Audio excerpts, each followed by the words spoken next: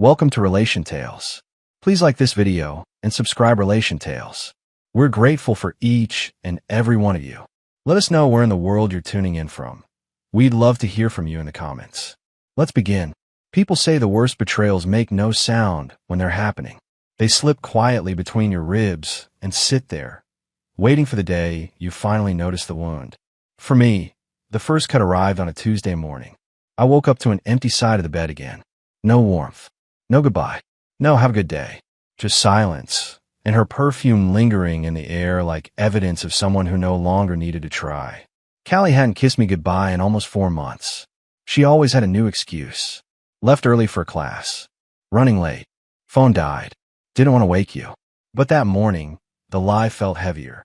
I walked into the kitchen and found 2 coffee mugs in the sink. 2. One was hers. The other wasn't mine. Something cold moved through me.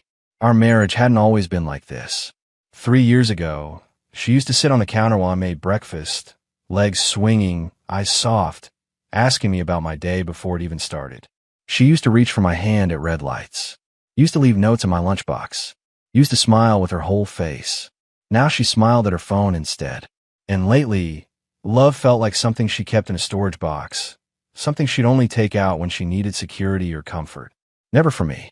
I stood there staring at the mugs, trying to convince myself it was nothing. A neighbor, a guest, a mistake. Except Callie didn't have guests. Not anymore. Not ones that left before sunrise. I grabbed my keys and headed to work, trying to shake off the unease.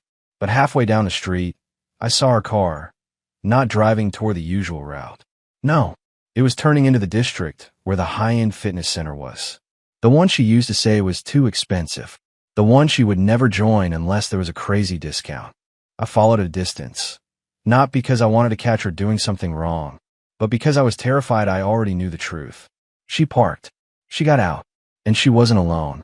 A tall man with dark hair jogged up to her and greeted her with a smile so wide, so comfortable, it made something sink inside my chest. She laughed. Not the small polite laugh she gave me lately. No, this one was bright. Full. The kind I hadn't heard in months. Then she lightly touched his arm. My hands tightened around the steering wheel. It wasn't flirting. It was familiarity. The kind only shared between 2 people who've crossed a line. I didn't confront her. Not then. Instead, I went to work early, sat at my desk, and did something I never imagined myself doing. I created a folder. A private one. Locked behind a password only I knew.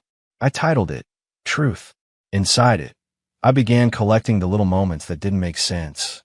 Late gym receipts, car mileage, unusual text times, gym app login history, photos of her coming home showered and glowing at midnight. If I confronted her now, she'd deny everything. She'd flip the script. She'd cry, accuse me of being controlling, paranoid, insecure. No, I needed undeniable truth. I needed proof that wouldn't just shut her down. It would expose everything. For weeks, I watched quietly. I played the role of the clueless husband, while she played the role of the devoted gym-goer. But the more I watched, the more I realized something darker. Callie didn't feel guilty. Not even once. If anything, she seemed energized. Happier. Almost relieved. Like she'd found someone new to give her attention, validation, desire. Someone she wasn't afraid to lose. Someone who wasn't me. And one night, when she thought I was asleep, I heard her whispering, laughing softly, breathing differently, talking to someone with tenderness I hadn't heard in almost a year. It broke me in ways I didn't even have words for, but also lit something inside me. Not rage, not desperation, a quiet, patient storm, the kind that waits, watches, plans, the kind that takes its time, because it knows the ending will be worth it. And the ending came one Saturday morning, when Callie strolled out of the bedroom, wearing the outfit that finally shattered any remaining illusions I had about our marriage. But that moment, that confrontation, that explosion, it didn't start the story. It was just the spark. The story truly began long before that.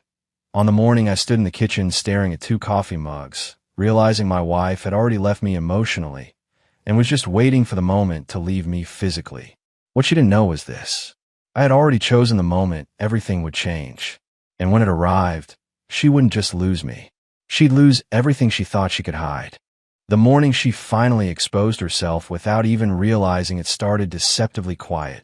She actually hummed, as she moved around the bedroom, the same way she used to do back when we were newly married and happy. But we weren't in that era anymore. Her humming didn't sound like contentment.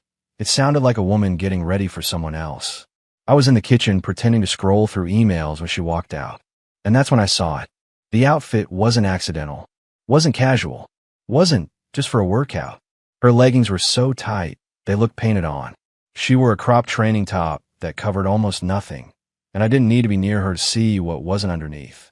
My chest tightened, not out of jealousy, but out of confirmation.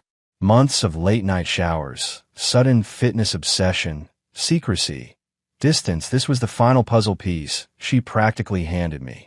"You're leaving?" I asked without looking up. She stopped at the doorway. I could tell she expected me to react, but I stayed still, calm, emotionless. It threw her off. "It's training day," she said. "What?" I finally turned, and her expression shifted the moment she saw my lack of surprise. She'd wanted a reaction. Shock, anger, maybe even an argument she could twist into "you're controlling me." But she didn't get it. "Training day," I repeated, my voice neutral. "With who?" "Luke," she sighed, rolling her eyes dramatically. "It's routine. Please don't make this weird." Funny. Everything about her behavior had been weird for months. "What's the new guy's name again?" I asked casually. She stiffened. Her arms moved reflexively, folding across her exposed chest. "Why does it matter?" "Just making conversation," I said. "You talk about the gym so much now. Feels like I should at least know the people you spend all your time with." She pressed her lips into a thin line. "I don't spend all my time there. You're there 6 days a week. That's normal for someone working on themselves," she snapped. "And avoiding their home?" I asked. Her eyes sharpened like knives. But she didn't answer. Truth was, she couldn't. We both knew the reason had nothing to do with fitness. The air between us thickened. She grabbed her bag quickly, eager to escape the tension, eager to run toward someone else. "Callie," I said softly before she reached the door. She froze.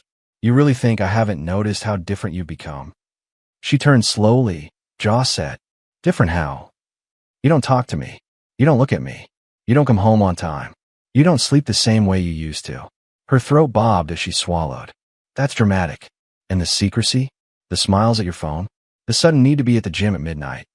She stepped back toward me, irritation flaring in her voice. "Stop acting paranoid." I tilted my head. "Paranoia requires imagination. I'm just watching you destroy our marriage one late-night workout at a time." Her breath hitched, and for a moment, her facade cracked. I saw guilt, fear, real fear. But Callie had pride sharper than her conscience. "I'm leaving," she said sharply. "I don't need to justify myself. You don't own me." "No," I replied. "But someone else thinks he does." Her expression changed instantly. Because she knew. Because she'd been caught without me, even saying words like trainer or affair. Because guilt responds faster than innocence ever will. Before she could open her mouth, I reached for my phone on the table. "Luke," she whispered, voice trembling. "What are you doing?" "Making a call," I answered simply. She took a step toward me, panic rising. "Who are you calling?" "You'll see." I scrolled to a name she never thought I'd find, one she never expected me to have access to. Then I pressed the call button. She lunged for the phone. Stop. "Luke, please don't." I held out my arm, blocking her effortlessly while the line rang. One ring, two rings. Then a voice answered. A woman. "Hello." Callie went still. The blood drained from her face. "Hi, Mia," I said calmly. "It's Luke Harper." Her sharp inhale crackled through the speaker. "Oh God, I had a feeling you might call me."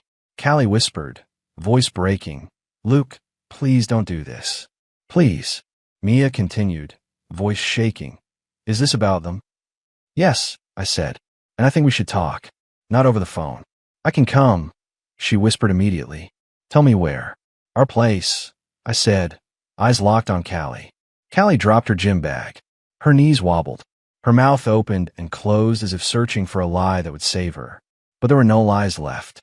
Not when another betrayed spouse had already confirmed what she'd been hiding.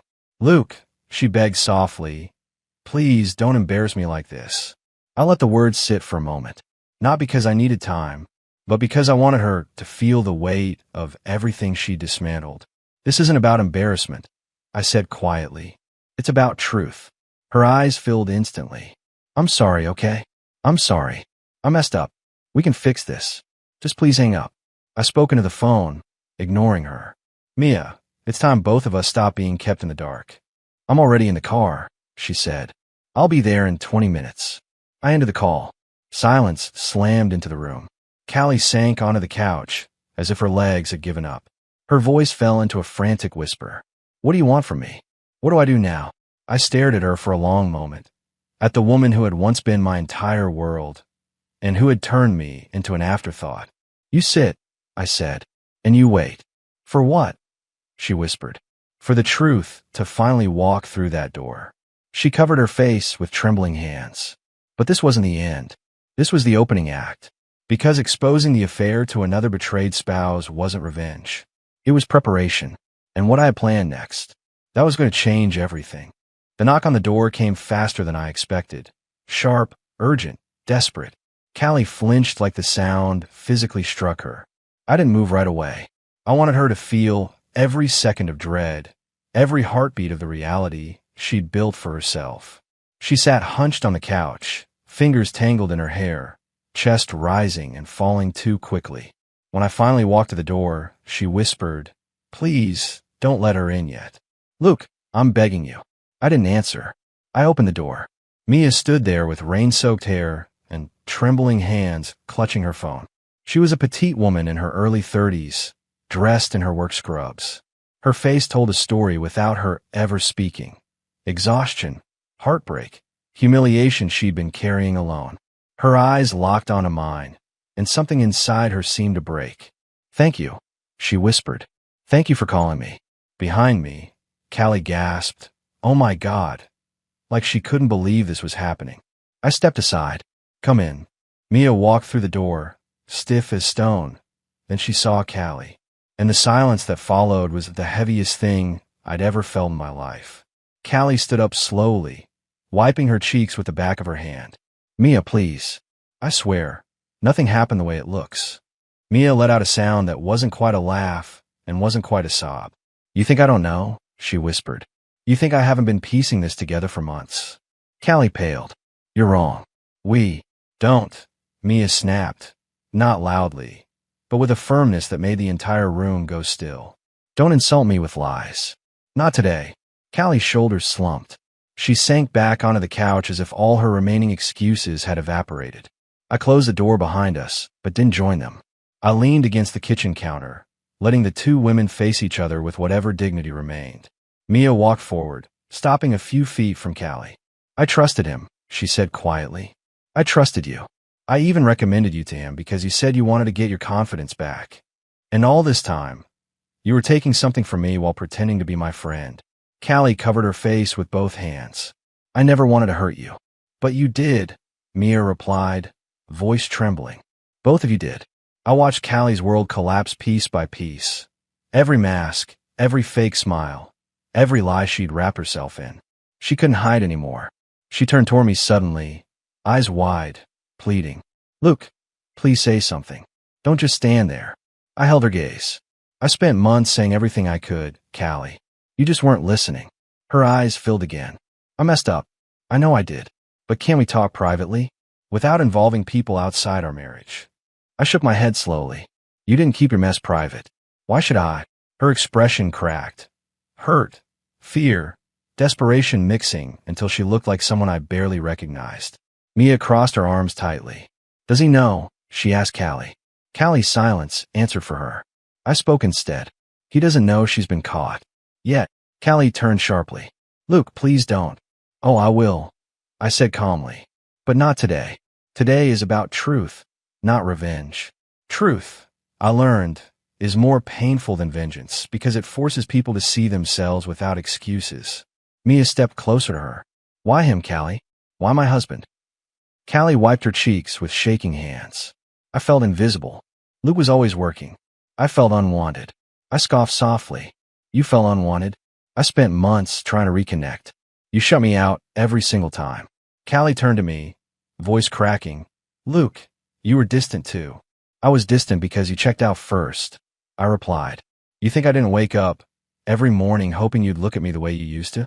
But instead, you gave your smiles to someone else. Mia swallowed hard, tears glossing her eyes. So it's both of us who weren't enough. Huh? Convenient. Callie broke completely then, shoulders shaking, breath stuttering, hands covering her face. But sympathy is not something you feel for someone who deliberately chose betrayal. After a few moments, Mia looked at me. What happens now? I already knew. I had known for weeks. But I wasn't ready to reveal everything. Not yet. We take this step by step, I said, carefully. Callie's head snapped up. Luke, what does that mean? It means, I said, voice steady, you go to our room, pack a small bag, and stay at your sister's for a few days. Her mouth fell open. What? No. Please. We can fix this here.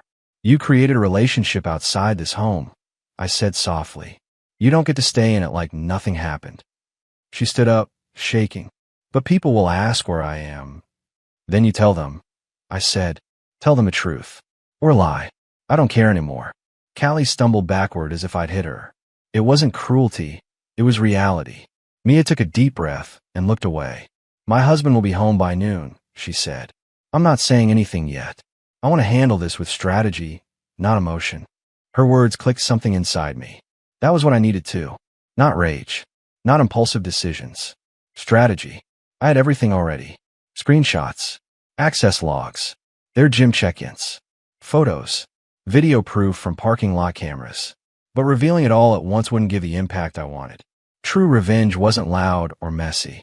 True revenge was surgical. Callie looked between the two of us like she was trapped in a nightmare. Luke, please don't destroy my life. I looked at her, really looked at her, and felt something strange. Not hate, not love, just closure. I'm not destroying your life, I said quietly. I'm letting you live honestly for the first time in months. Her face crumbled. I'm sorry. I'm so sorry. But apologies don't stitch back what's been torn beyond repair.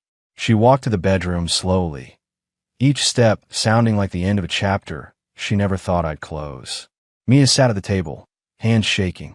You were stronger than I expected, she whispered. No, I said softly. Not strong, just done. But deep inside, something else was forming. A plan so precise, so calm, so devastatingly fair, that neither of them would ever forget it. Callie's footsteps faded down the hall, the soft thud of her bedroom door closing behind her, sounding almost symbolic, like the final breath of a marriage she had already walked away from long before today. Mia sat quietly at the table, eyes red but posture steady. There was something incredibly strong about her, not in a loud, dramatic way, but in the way she refused to crumble, even when her whole world was splitting open. Are you sure you want to do this? She asked gently as I poured her a glass of water. Yes, I said, but not out of anger. Then why? I took a slow breath. Because Callie didn't just cheat. She rewrote our entire relationship in her mind. She made herself the victim, made me the problem, convinced herself the world owed her more than what she had. If I walk away silently, she'll repeat the same story somewhere else. Mia nodded slowly. And you want her to understand what she actually did. Exactly. We sat in silence for a few seconds before Mia's phone buzzed. Her eyes flicked down to the screen, and the color drained from her face. It's him, she whispered. Her husband. The trainer. The man Callie risked everything for. A long exhale left her. She silenced the call and looked at me with a determined expression. What's the plan? I leaned forward. We let them expose themselves. Callie stepped out of the bedroom then, carrying a small duffel bag. Her eyes were swollen, her face streaked, her energy completely drained. She looked exhausted, not just from crying, but from the weight of everything she'd been hiding. Luke, she whispered, voice trembling. Where do you want me to go? To your sister's, I said calmly. For now. She wiped her cheek. And after that? That depends on how honest you're willing to be. Her throat bobbed nervously. She wasn't used to honesty. She wasn't used to consequences either. Mia stood as well. Callie, I think you need to tell him the truth before he tells me. Callie's eyes darted toward her bag, like she wished she could crawl inside it and disappear. But the moment had arrived. She sank onto the couch again, fingers twisting around each other. Tears welled up, but didn't fall. I didn't mean for any of this to happen, she whispered. It started innocent. I really did go to the gym to fix myself, to feel better, to distract myself from the problems in our marriage. And then, I asked quietly. She squeezed her eyes shut. He gave me attention, compliments, things I didn't realize I was craving. It felt harmless at first, then it didn't anymore. And I kept going because I didn't know how to stop. Mia looked away, jaw clenched. I studied Callie, really studied her. Her guilt was real, but guilt didn't erase what she'd taken from us. Luke, she whispered, I'll do anything. Therapy, counseling, whatever you want. Just don't throw me away like this. I inhaled slowly. I'm not throwing you away, Callie. I'm letting you face the same truth you made me face every morning when I woke up alone. She broke down again. Her voice trembled so hard her words barely formed. I love you, Luke. I swear I do. I just lost myself. Then find yourself, I said softly. But do it somewhere else. Mia stepped closer to me then, touching my arm lightly. It wasn't romantic. It was understanding, shared hurt, shared betrayal. Luke, she said quietly, you should tell her. Callie looked up, confused. Tell me what? I walked to the coffee table and picked up the tablet I had hidden beneath a folder. I already contacted his gym, I said. Their HR department. Their management. They have a strict policy about trainers forming relationships with clients. Her eyes widened. No, please, Luke. He broke the rules. I continued. They're reviewing everything. His access logs. His messages. His appointment history. And what happens next is up to them. Her chest rose sharply. You ruined his job? I shook my head. No. He ruined his job. I simply stopped protecting him. She covered her face and sobbed. This wasn't the revenge she expected. It wasn't loud or cruel. It wasn't monstrous. It was accountability.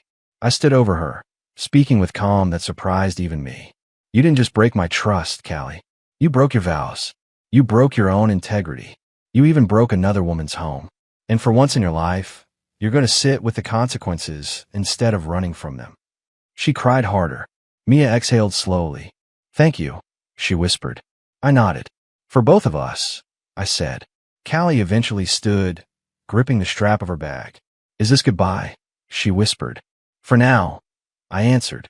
What happens later depends on what you choose to rebuild, and how honest you are while doing it. She nodded faintly. Then she walked to the door, pausing only a moment before stepping out into a world she no longer controlled. The door clicked shut behind her. Silence filled the room. Then Mia spoke softly. You didn't punish her. You freed her. I looked at the door, feeling both empty and strangely light. No, I said quietly. I freed myself. And for the first time in a long time, that felt enough.